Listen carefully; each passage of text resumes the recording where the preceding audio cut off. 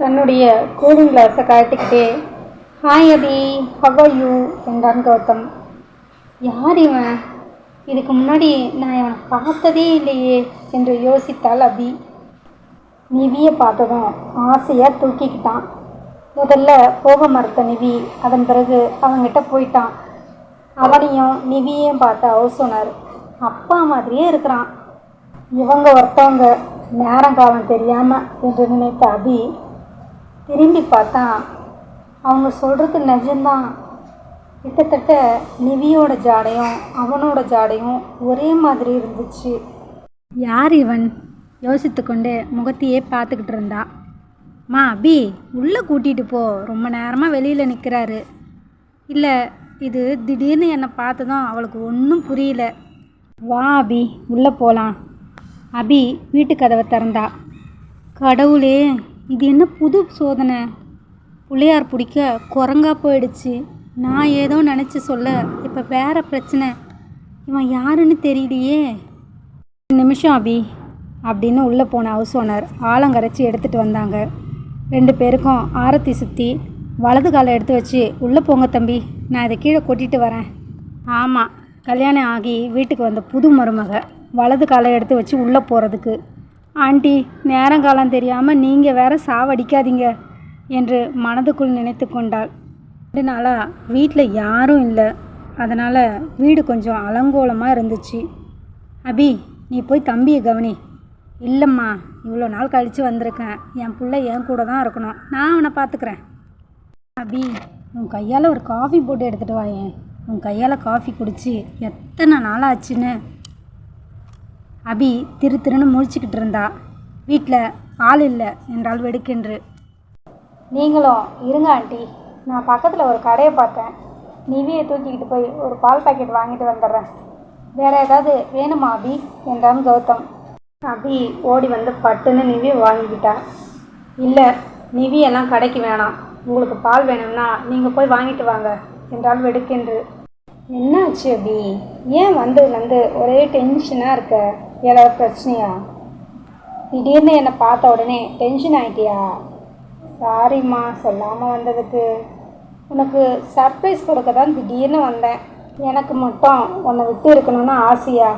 என்ன பண்ணுறது, சூழ்நிலை. இன்னும் ஒரு 3 வருஷம்தான், அப்புறம் நம்ம பிரச்சனை எல்லாம் தீர்ந்துடும். அப்புறம் கூடவே இருப்பேன். ஹவுஸ் ஓனர் மலேசியாவில் தன்னுடைய வீட்டுக்காரர் இருக்கிற இடத்த பற்றியும் அந்த சூழ்நிலை பற்றியும் கௌதம் கிட்ட கேட்டாங்க. கௌதம் எல்லாத்தையும் தெளிவாக சொன்னான். அவன் இருந்த இடத்த பற்றியும் சொன்னான். தன்னோட வீட்டுக்காரர் எந்த பிரச்சனையும் இல்லாமல் சேஃபாக இருக்கிறாரு அப்படின்னு தெரிஞ்ச பிறகு தான் ஹவுஸ் ஓனருக்கு நிம்மதியாக இருந்துச்சு. சரிங்க தம்பி, ரொம்ப நாள் கழித்து வந்திருக்கீங்க, பேசிகிட்ருங்க, நான் கிளம்புறேன்.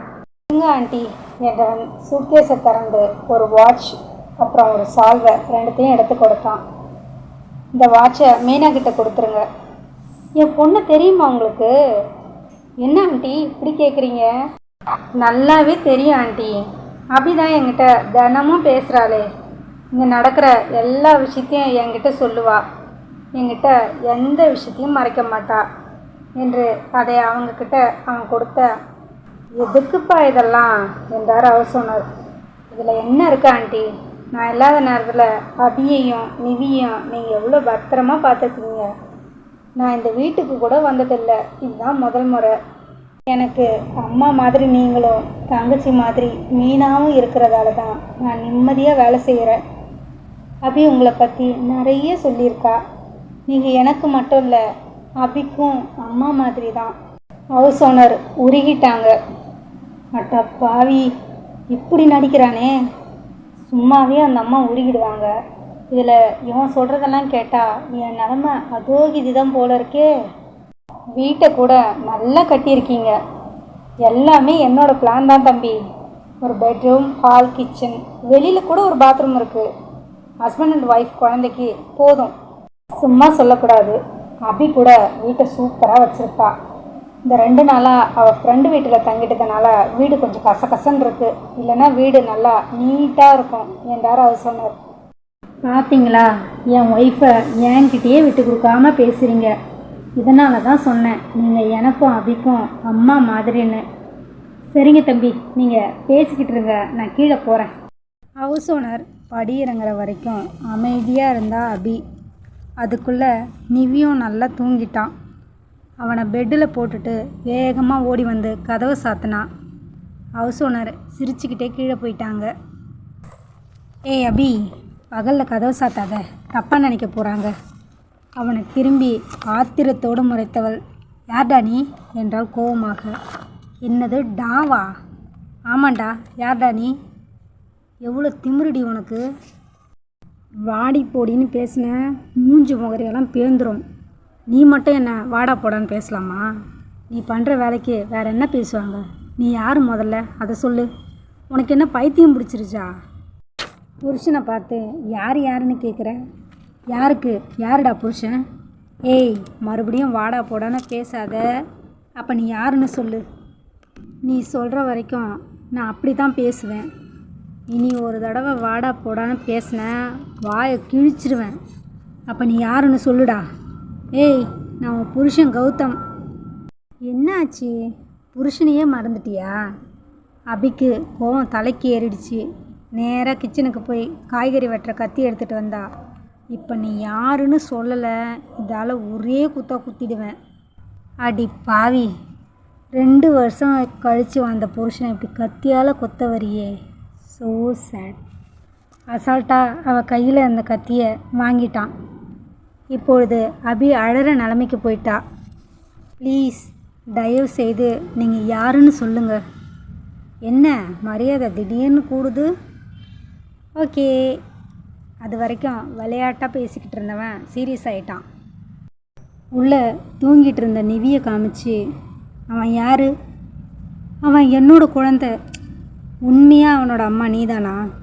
ஆமாம். நீ பெற்ற குழந்தையா? ஆமாம். அப்போ அதோட அப்பா யார்? சொல்லு, இந்த குழந்தையோட அப்பா யார்? அபி அமைதியாக இருந்தா. இதை பாரு, ஒன்று அந்த குழந்தையோட அப்பா யாருன்னு சொல்லு, இல்லையா இங்கே என்ன நடந்தாலும் கண்டுக்காத. நான் 1 மாதம் இங்கே தங்கணும். என்னால் உனக்கு எந்த பிரச்சனையும் வராது. ஒன்று அமைதியாக கோஆப்ரேட் பண்ணு, இல்லை அந்த குழந்தையோட அப்பா பற்றி சொல்லு. தேவையில்லாமல் கத்தி பிரச்சனை பண்ணால் பிரச்சனை உனக்கு தான். அந்த குழந்தைய பற்றியோ என்னை பற்றியோ கேட்குறதுக்கு முதல்ல நீ யார்? நான் ஏன் உனக்கு பதில் சொல்லணும்? சரி, எனக்கு சொல்ல வேணாம், அந்த குழந்தையோட பாட்டிக்கிட்ட சொல்கிறியா? அபிக்கு கண்ணு கலங்கிடுச்சு. இதை பாரு, உன்னோட அர்த்தமில்லாத கேள்விக்கெல்லாம் நான் பதில் சொல்ல முடியாது. நான் இப்போ குளிக்கணும். எனக்கு சூடாக ஒரு கப் காஃபி வேணும். போய் பால் வாங்கிட்டு வந்து காஃபி போடு போ. ரெஸ்ட் ரூம் எங்கே இருக்குது? வெளியே கை காட்டினா அபி. ஏன் அட்டாச்சு இல்லையா என்றாள். அபி அமைதியாக இருக்க நேராக பெட்ரூமுக்கு போனான். பெட்டு மேலே அவளோட துணியெல்லாம் மடிக்காமல் உள்ளாடை சகதம் சதறி கிடந்துச்சு. அதையெல்லாம் பார்த்து அவனோட முகம் செவந்து போச்சு. இங்கே அபிக்கும் அவமானமாக இருந்துச்சு. அவனோட ட்ரெஸ், சோப்பு எல்லாத்தையும் எடுத்துக்கிட்டு வெளியில் இருக்கிற பாத்ரூமுக்கு குளிக்க போனான். அவன் வர்றதுக்குள்ளே அபி வேகமாக ஓடி போய் கடையிலேருந்து பால் வாங்கிட்டு வந்துட்டா. பால் கொதிச்சிக்கிட்டு இருந்துச்சு. தலையை துவட்டிக்கிட்டு வெளியில் வந்தான். வந்ததும் காஃபி போட்டு கொடுத்தா.